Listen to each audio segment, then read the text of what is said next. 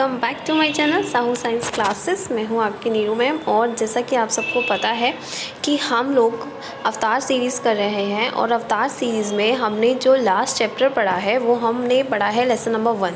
Lesson number 1 solid state हम लोग पढ़ रहे थे। तो सॉलिड स्टेट्स में जो हमने लास्ट पढ़े थे वो पढ़े थे लॉन्ग क्वेश्चंस, है ना।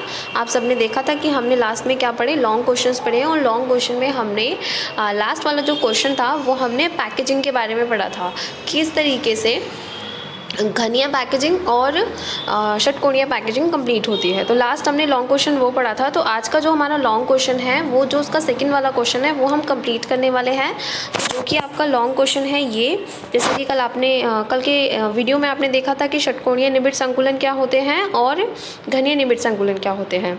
तो पुरानी वीडियोज़ को देखने के लिए आपको इस वीडियो का जो लिंक है वो यहाँ ऊपर आई बटन पर यहाँ मिल जाएगा। इसके अलावा जो पुरानी अवतार की वीडियोस हैं उनके लिंक भी आपको आगे वीडियो में आई बटन पर यहाँ मिल जाएंगे, आप वहाँ से चेक कर सकते हैं।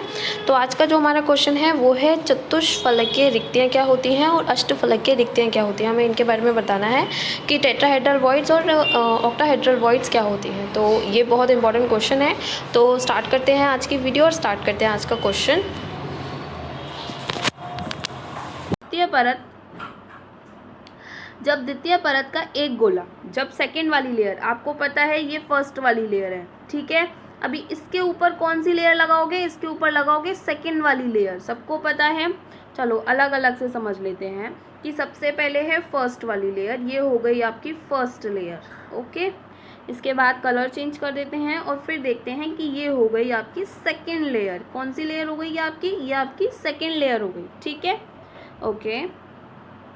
इसके बाद इन्होंने क्या बोला, इसके बाद इन्होंने बोला कि जब द्वितीय परत का एक गोला प्रथम परत की रिक्ति के ऊपर होता है, जब आप सेकेंड वाली ये आपकी फर्स्ट वाली लेयर थी और इसके ऊपर आपने सेकेंड वाली लेयर बनाई थी, तो सेकेंड परत के ऊपर होता है, तब इस रिक्ति को चतुष्फलक रिक्ति कहते हैं। तो इनसे बनने वाली रिक्ति क्या कहलाती है, चतुष्फलक रिक्ति।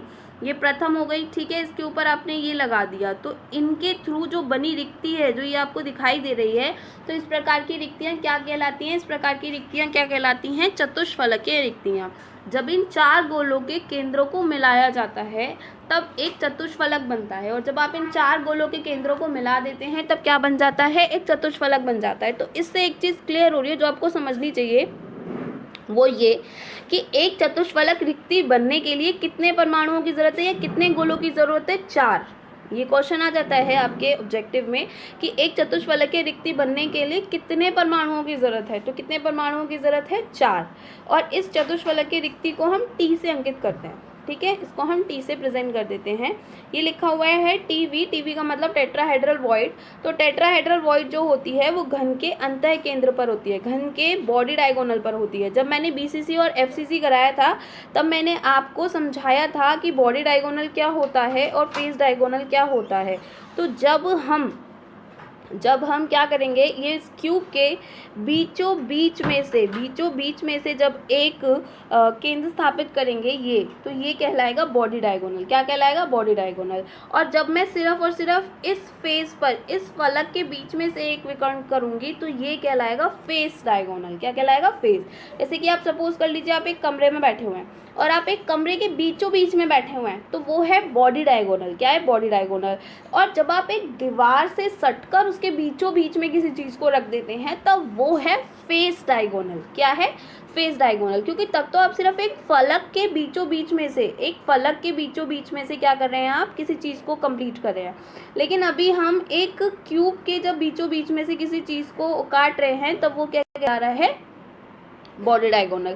तो आई होप सबको क्लियर हो गया होगा कि ये जो टेट्राहेड्रल वॉइड्स होती हैं वो बॉडी डायगोनल पर होती हैं। किस पर होती हैं, बॉडी डायगोनल पर होती हैं। यहाँ मैंने लिखा है कि एक क्यूब में 4 बॉडी डायगोनल होते हैं। कितने होते हैं, 4 बॉडी डायगोनल। कितने, 4 बॉडी डायगोनल। कैसे होते हैं 4 बॉडी डायगोनल, एक ये हो गया, दूसरा ये हो गया। इसके बाद अभी यहाँ पर अगर हम पीछे की तरफ देखेंगे तो वो तीसरा होगा और आगे की तरफ देखेंगे तो 4 होंगे। तो इस तरीके से 4 बॉडी डायगोनल्स होते हैं और एक बॉडी डायगोनल पर 2 परमाणु होते हैं। कितने परमाणु होते हैं, 2। ये मैं क्लियर करती हूँ आपको कैसे।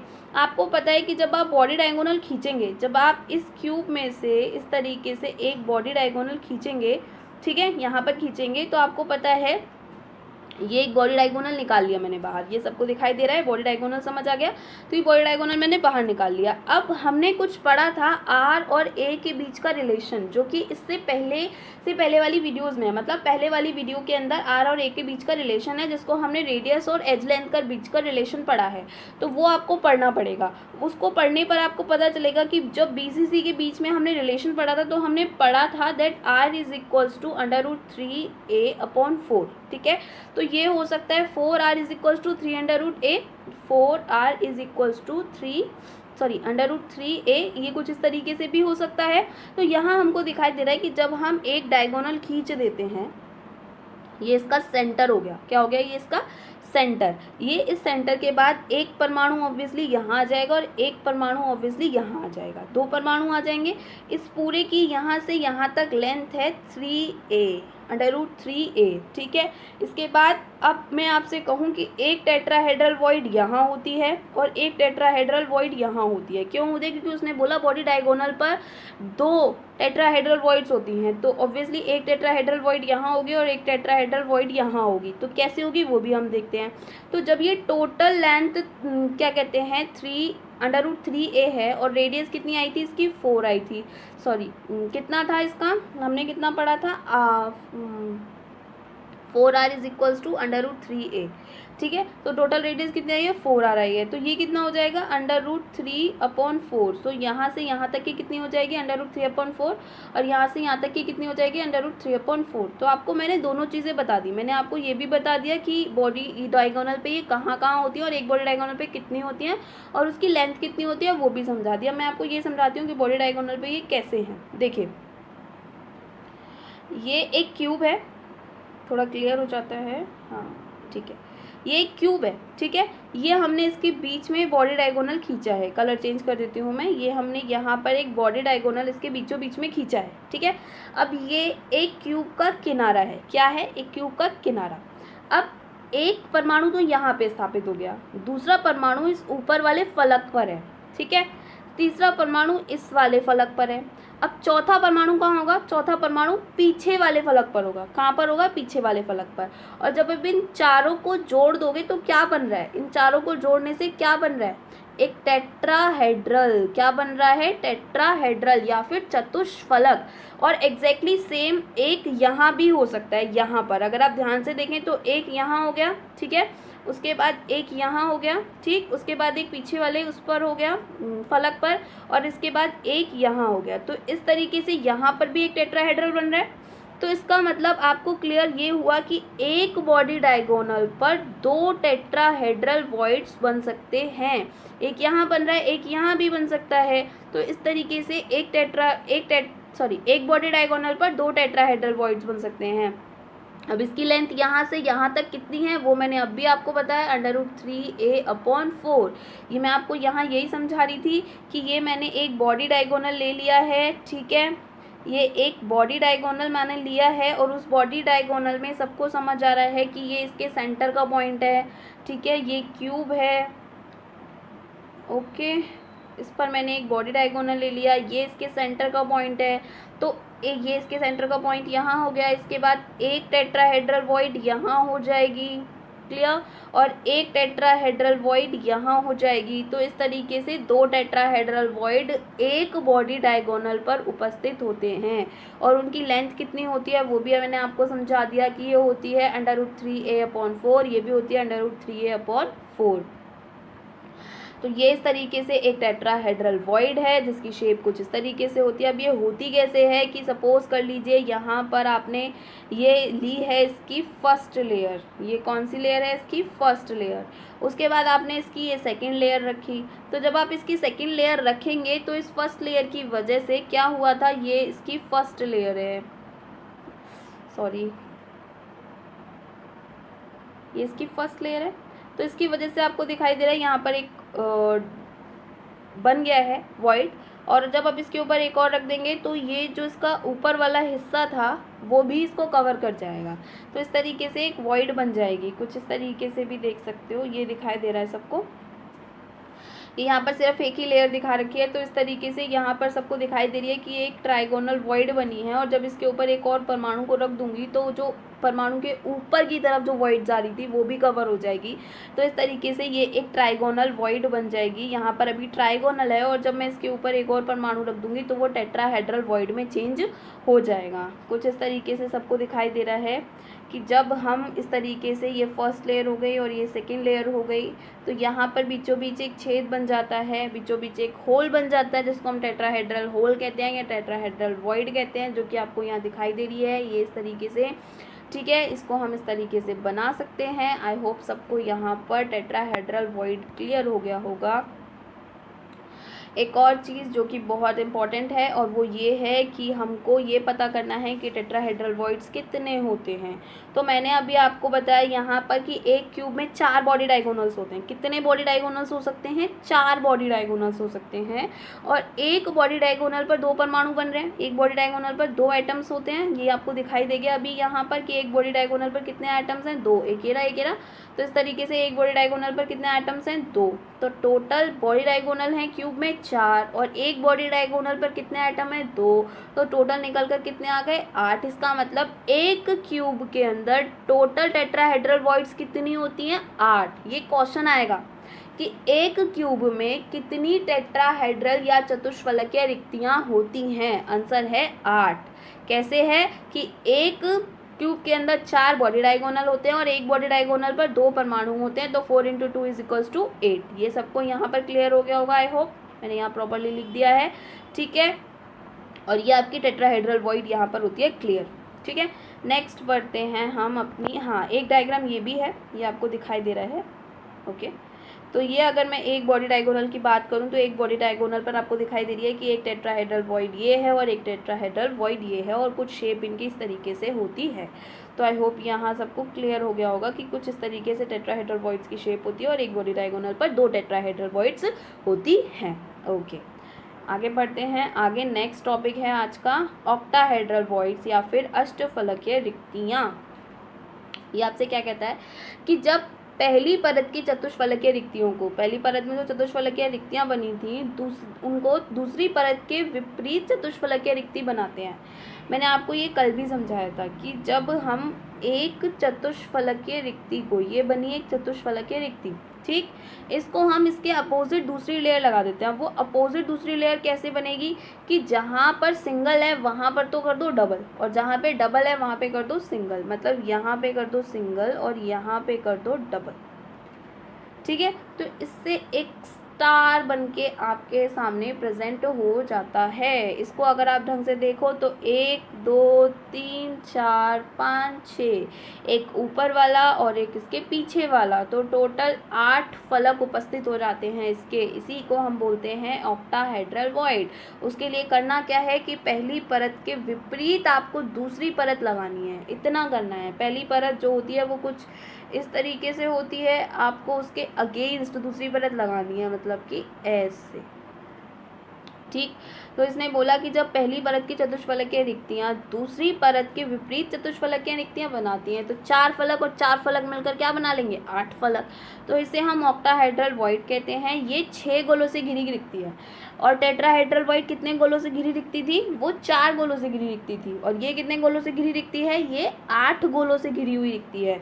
यह अंतः केंद्र पर व किनारों के केंद्र पर उपस्थित होती है। अब इनकी पोजीशंस आपको पता होनी चाहिए कि एक तो ये बॉडी डायगोनल पर होती है, अंतः केंद्र का मतलब होता है बॉडी डायगोनल। एक तो ये बॉडी डायगोनल पर होती है और दूसरा ये किनारों के केंद्र पर होती हैं। किनारे होते हैं ये, तो ये किनारों के केंद्र पर उपस्थित होती हैं। तो इनकी पोजीशन 2 जगह हो गई। ठीक है, और इनको हम O से अंकित करते हैं। ठीक है, ये मैंने आपको ये नीचे क्लियर कर रखा है, यहाँ पर देखिए। ठीक है, ये एक क्यूब है प्रॉपर, ये आपको दिखाई दे रहा है कि ये प्रॉपर एक क्यूब है। अब इसको ध्यान से देखो, क्यूब को आपको दिखाई दे रहा है, ये इसका ऊपर वाला फलक है जहाँ पर बीचों बीच एक परमाणु है। ये इसका दूसरा वाला फलक है जहाँ पर बीचों बीच एक परमाणु है। ये इसका तीसरा वाला फलक है जिसके बीचों बीच एक परमाणु है। इसका चौथा वाला फलक, ये इसके आगे वाला फलक, फ्रंट वाला। ठीक है, और ये इसके बैक वाला फलक, पीछे वाला, और ये इसके बीचों बीच रखा है एक परमाणु। यहाँ पर परमाणु नहीं, सॉरी, यहाँ पर बनेगी ऑक्टाहेड्रल रिक्ति। सपोज कर लीजिए कि आप एक कमरे के बीचों बीच बैठे हुए हैं, तो आपके कमरे के साइड में एक बॉल है, राइट में एक बॉल है, आगे एक बॉल है, पीछे एक बॉल है, ऊपर एक बॉल है और नीचे एक बॉल है, और बीचों बीच क्या आ जाएगा, गैप। सपोज कर लीजिए आपने क्या किया, आपने किया ये कि आपने रखी एक यहाँ बॉल, एक रखी है आपने यहाँ बॉल, ठीक है। उसके बाद आप अपने लेफ़्ट में एक बॉल रखते हैं, उसके बाद आप अपने राइट में, मैं नहीं एक्सप्लेन कर पाऊँगी इसको प्रॉपर क्योंकि ये 2D में नहीं हो पाता है, बट फिर भी मैं एक कोशिश करने की कोशिश ही करती हूँ। ये एक रूम हो गया जहाँ पर आपने क्या किया, ऊपर एक बॉल रखी, ठीक है, यहाँ आपने नीचे एक बॉल रखी, उसके बाद आपने अपने राइट में एक बॉल रखी, उसके बाद आपने अपने एक लेफ़्ट में बॉल रखी, और उसके बाद आपने अपने आगे एक बॉल रखी। अब उस आगे को मैं कैसे प्रेजेंट करूँ नहीं समझ आ रहा है, मैं यहाँ कर देती हूँ, और आपने अपने एक पीछे बॉल रखी। तो यहाँ बीचों बीच एक गैप क्रिएट हो जाएगा जो कि गोलाकार दिखाई देगा आपको। तो इस गोलाकार को ही हम ऑक्टाहेड्रल वॉइड कहते हैं। डायग्राम से समझते हैं। ये कुछ आपको दिखाई दे रहा है, मैंने अभी आपको बोला था ये इसकी फर्स्ट वाली लेयर है और ये इसकी सेकंड वाली लेयर है। फर्स्ट वाली लेयर के जस्ट अपोजिट सेकंड वाली लेयर होगी। सबको दिखाई दे रहा है, क्लियर हो रहा है सबको कि ये इसकी पहली वाली लेयर है और ये इसकी दूसरी वाली लेयर है। तो जब पहली वाली लेयर बनी थी तो उससे एक ऑक्टाहेड्रल रिक्ति बनी हुई दिखाई दे रही है सब, सॉरी उसको एक टेट्राहेड्रल रिक्ति बनी हुई सबको दिखाई दे रही है कि कुछ इस तरीके से रिक्ति बनी हुई है पहली वाली लेयर से, ठीक है। अब जब दूसरी वाली लेयर बना दी तो दूसरी वाली लेयर से एक और रिक्ति बन गई, और वो रिक्ति कैसी बन गई, कुछ इस तरीके की, ये दिखाई दे रही है सबको कि तो ये कुछ इस तरीके की रिक्ति बन गई। 6 फलक हो गए, एक आगे हो गया एक पीछे हो गया, टोटल 8 फलक की रिक्ति ये बन गई जो कि कुछ ओ शेप की हो जाती है और इसे हम ओ से प्रेजेंट करते हैं, ठीक। आई होप सबको क्लियर हुआ होगा। ये मैंने यहाँ कोशिश भी करी है इस तरीके से प्रेजेंट करने की। ये एक आगे वाला, ये ऊपर वाला, ये नीचे वाला, ये एक आगे वाला हो गया, ये पीछे वाला हो गया, ये राइट हो गया, ये लेफ़्ट हो गया और बीच में एक ओ बन जाता है जिसको हम ऑक्टाहेड्रल वॉइड कहते हैं। ये एच का किनारा है, ये है किनारा, ठीक है। ये होते हैं किनारे, इस तरीके से ये होते हैं किनारे और ये किनारों के बीचों बीच है। तो इसलिए मैंने ये दिखाया है, ये दो मैंने इसलिए दिखाए हैं क्योंकि इन्होंने आपसे बोला कि एक तो बॉडी डायगोनल पर ऑक्टाहेड्रल रिक्ति बनती है और दूसरा एज के सेंटर पे या फिर किनारों के सेंटर पे ऑक्टाहेड्रल वॉइड बनते हैं। तो इसलिए मैंने आपको ये इसकी पोजीशन दिखाई है। ध्यान रखना, ऑक्टाहेड्रल वॉइड जो होती हैं वो एक तो बनती हैं बॉडी डायगोनल पे, दूसरी बनती हैं एज के सेंटर पे, ठीक। अब ये 3+4 मैंने क्या किया है समझाती हूँ। अभी मैंने 3+4 1 क्या किया है, तो मैंने आपको बोला कि एक एज पर एटम का 1/4 पार्ट अंदर रहता है, ठीक है।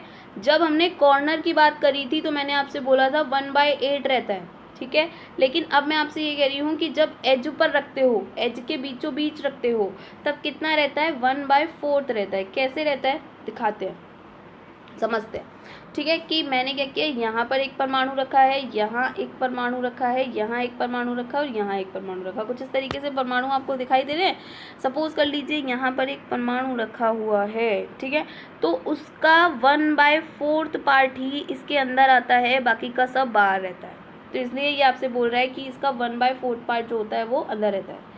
तो एक एच पर एटम का 1/4 पार्ट अंदर रहता है, तो इसलिए एक क्यूब के अंदर टोटल 12 एजेस होते हैं। कितने एजेस होते हैं, 12 एजेस होते हैं टोटल।